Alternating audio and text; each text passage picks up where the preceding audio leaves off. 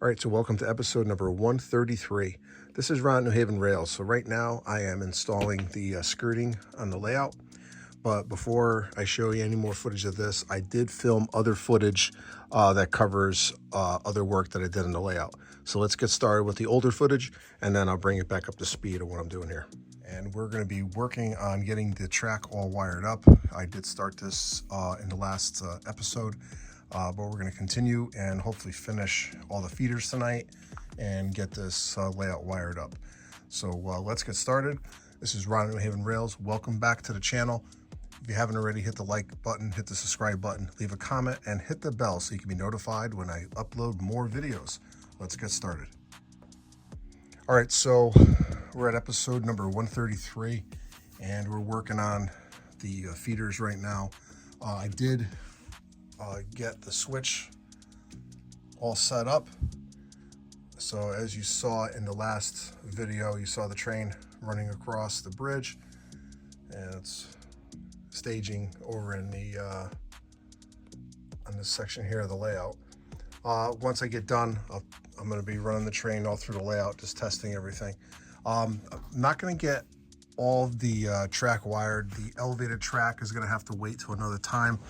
And then once that's done, I'll produce another video for that. But that's going to be after the open house. I don't want to rush things, but based on my progress, I should have this whole side of the layout ready to go for at least a little mini op session just to test everything out. So I got all my supplies here, and let me get started, and then I'll show you another update. And then I'm going to show you some new structures that are coming to the layout. We've got a lot of cool things coming up, so let's get started. All right, so I'm going to show you how I'm actually wiring this up under the layout. And I actually changed the way I'm doing it from the last two layouts I built. And recently my train club switched over to these suitcase connectors and Wago blocks. So I'm going to show you how I'm going to wire it up, and how it's pretty simple to actually do it. So all you have to do, I have the black and white power bus.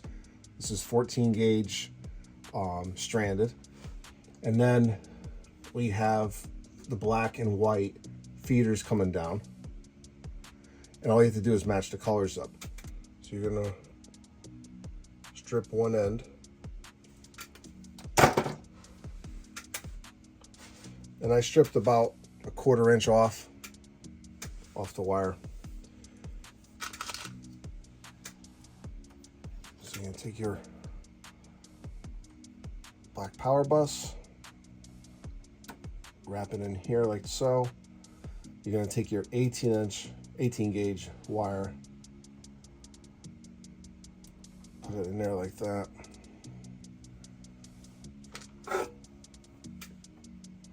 Squeeze down the blade.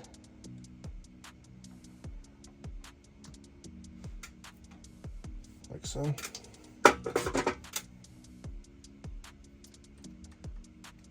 lock it in place. So now you want to keep all the colors the same. If you put an opposite feeder on this power bus, you're going to cause a short. So you just want to make sure you stay organized when you're actually dropping your feeders. So now we're going to use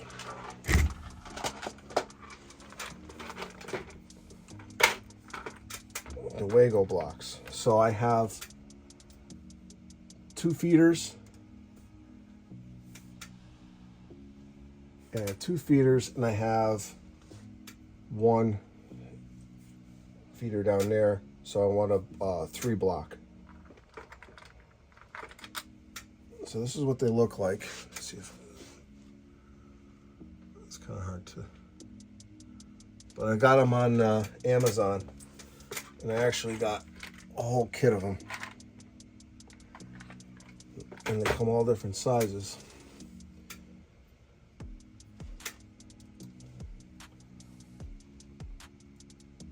So you open it up,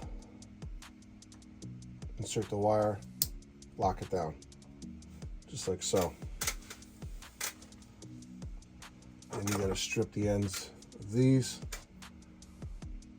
Again, just like a 1/4 inch, if that.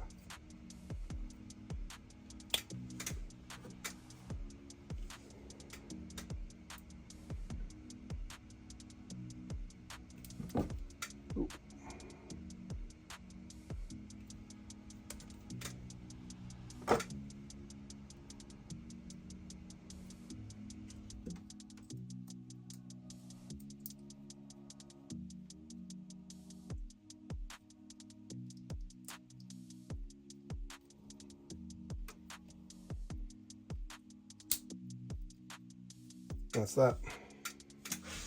So if you're ever having trouble diagnosing a problem on the layout, these lever nuts, they call them, or Wago blocks, work really, really good.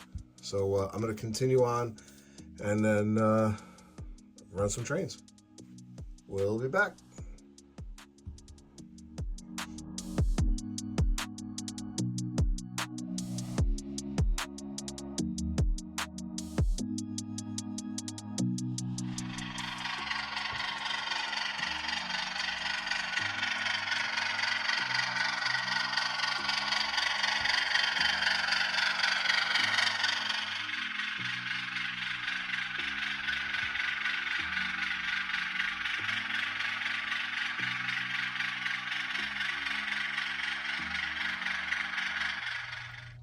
All right, so I ended up working to about 1 o'clock in the morning to finish this up, but I was able to successfully wire this section of the layout, and we are operations ready. So I did a test train last night, and there was no shorts in it, no derailments, and everything ran pretty smooth.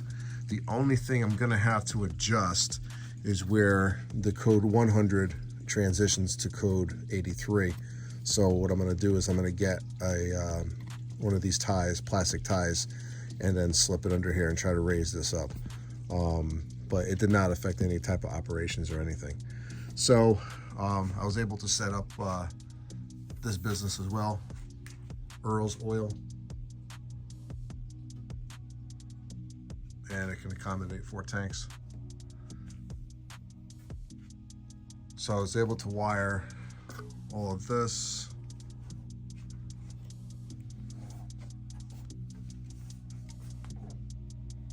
All the way to this point, because I'm still trying to figure out this section here.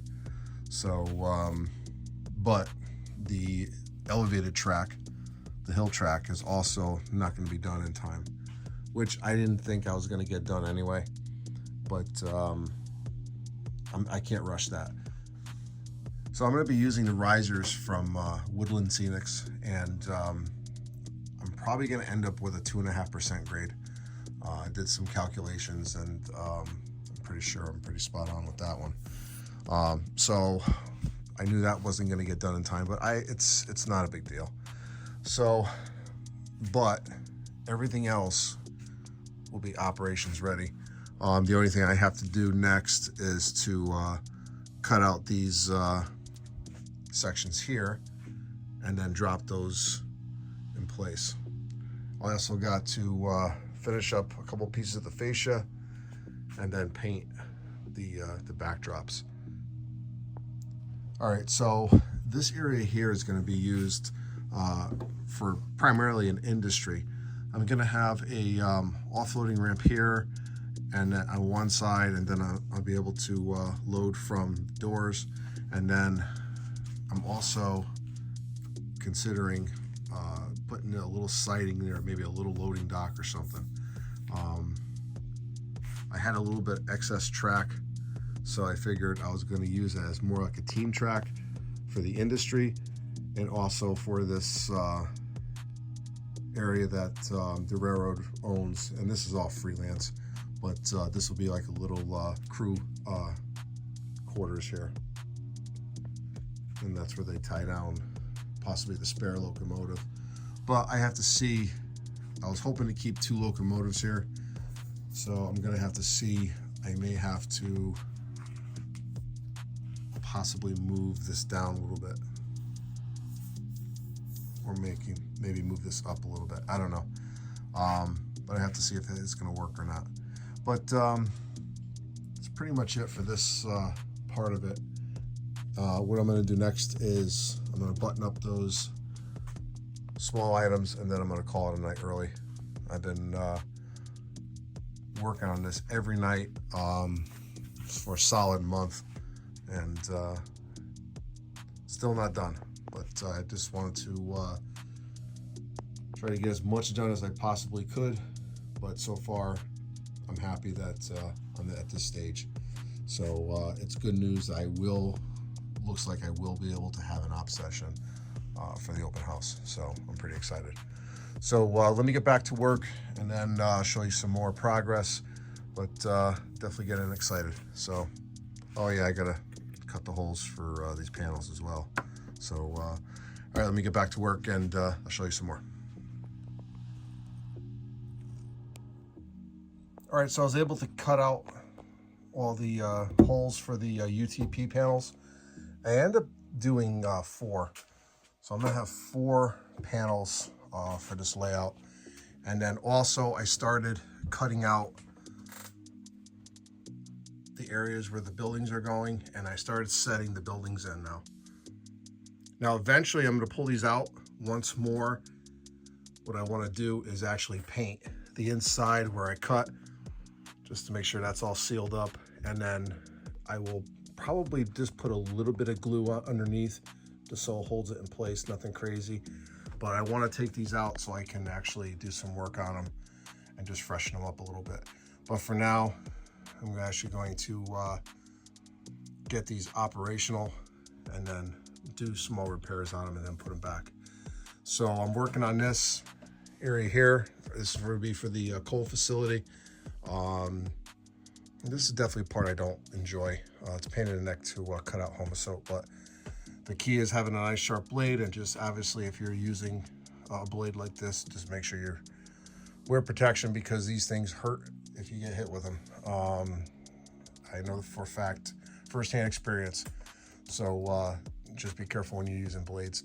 But let me get back. I gotta cut this one out, and then I have to also cut this one out here, which I don't think I actually showed this yet, but this is the model that's going to be going there, and I had some loose parts on it, and I have to do a repair here. So, but this was built by Bob Collett. It was part of another Craftsman kit, and it was available when his layout was taken down. So this is actually going to go with the coal facility. So let me get back to work, and then I'll show you some more progress. We'll be back. All right, so I was able to get the backdrops up. They're installed. It came out pretty good. So the next step is I'm gonna go back to what I was doing and cutting the rest of this piece out, and then we'll put the coal company in place. So let me get back to work, and then I'll show you the end result. All right, so I got the this piece cut out, and what I did, I had screws that were holding this section in, so I removed those, and then I replaced them with screws along the edge, just to make sure everything was secure. So what I'm going to do now is I'm going to drop in the coal facility, and then we'll go to the next step.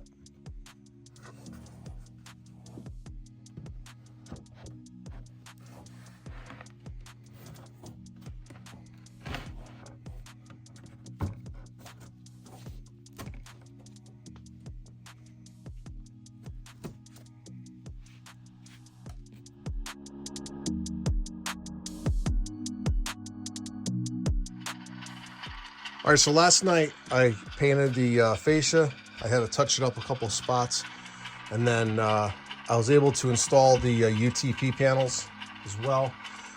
A friend of mine taught me how to make the cables, so I borrowed one of his tools to make the phone cables for this, and it'll be another tool that I add to my toolbox. It really wasn't as hard as I thought it would be.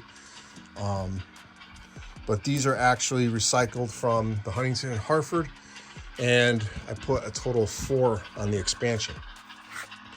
So what I'm going to do now is I'm going to get the locomotive running around the layout. I'm going to do one more test on the track, and then we're going to call this layout update good. Lots of progress. Everything's looking really good. The only thing I have left tonight is to put the skirt on underneath and clean up, and we're done. So this is as far as I'm going to take this project until next time. So let me get started, and I'll start testing out this locomotive, and I'll show you some trains running. We'll be right back.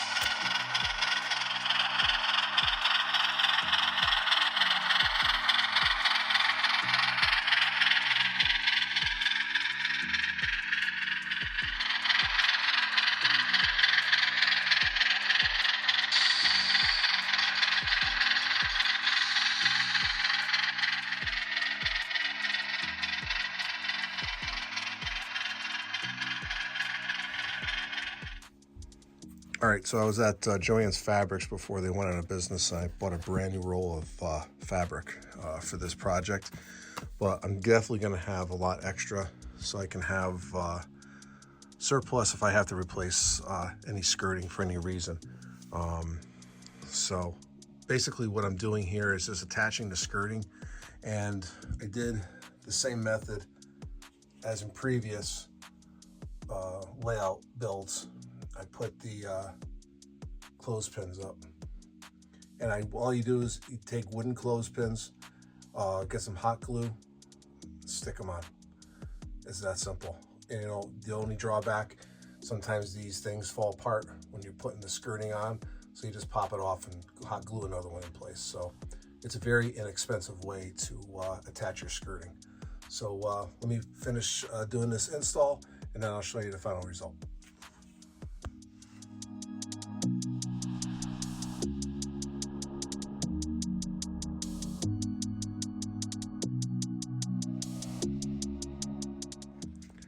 All right, so I'm going to wrap up this video, but I want to show you what I started working on. And what I did is I took the front glass off here, and I started cleaning off the dust off the water. So I just used a couple damp cloths, paper towels, and wiped it down and then dried it. And then I went in between the details with a nice soft brush, a makeup brush, and came out pretty good. So I'm pretty happy with that. I started adding my own details. So I added this boat that I built a couple years ago. That's from Foscale Models, and I'm probably going to have a whole fleet of these, but I have a whole bunch of these kits I need to build. So I figured this will be a nice place to put this model. In addition,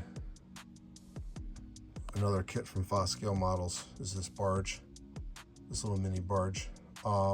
Nice kit to build, a lot of fun. So I figured it'd be a good spot for that for now. And then I have a bigger barge, like a work barge, coming in. And then I also have a boat that's going to be going there. And both of those models were built by John Elwood. So this is definitely coming out really cool. Looking forward to having this first op session. So this is Ron New Haven Rails. Hope you enjoyed this video, this layout update.